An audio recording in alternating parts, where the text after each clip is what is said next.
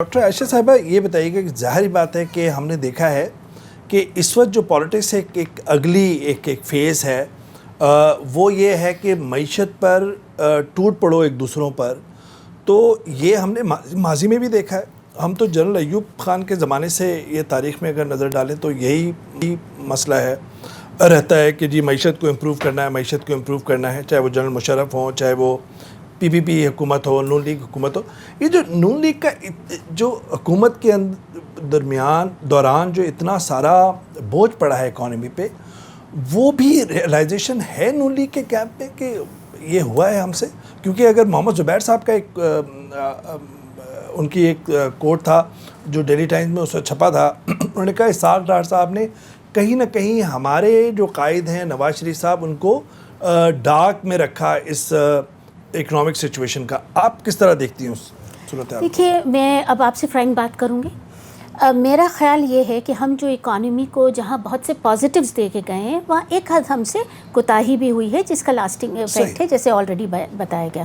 یہ بھی سچ ہے کہ ہم نے اکانومی کو بہت ہائی گروتھ پہ ڈال دیا. 5.8% گروتھ رہی جس کی وجہ سے امپلائمنٹ بڑھی, جس کی وجہ سے غربت کم ہوئی, تو بڑا پازیٹیو تھا. یہ بھی حقیقت ہے کہ ہم نے جو اکانومی کو ختم کر رہا تھا, انرجی شارٹیج تھا, انرجی کرائسس, اس کو پورا اوور کم کیا. ہم نے جنریشن 11,000 میگا واٹ کی جنریشن دی ایڈیشنل اکانومی کو, جس سے ہمیں جو کرپلنگ افیکٹ تھا وہ ختم ہوا.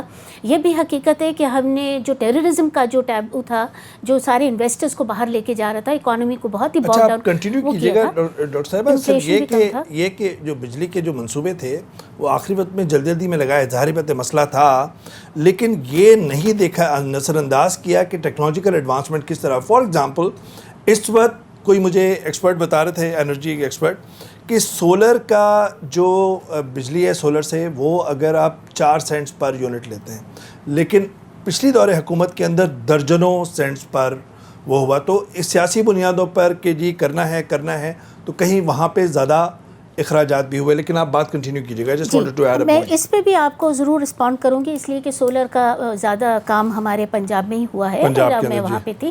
تو میں آپ کو یہ کہہ رہی تھی کہ جہاں انفلیشن کم تھا, امپلائمنٹ گروتھ زیادہ تھی, امپلائمنٹ ہو رہی تھی, غربت کم ہو رہی تھی.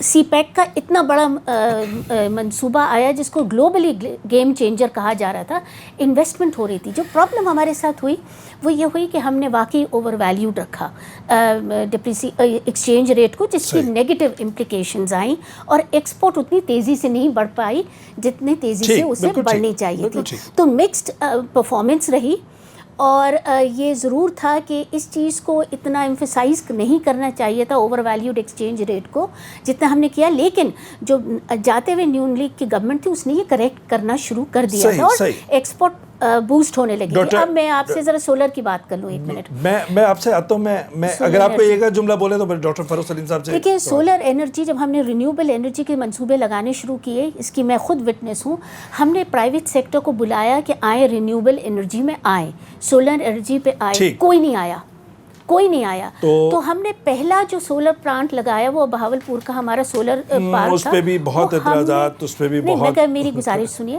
وہ ADP سے لگایا گیا ہمارے پروونشل ڈیولپمنٹ پلان سے, تاکہ ہم ڈیمونسٹریٹ کر سکیں یہ ڈویبل ہے پاکستان میں. بالکل ٹھیک ہے.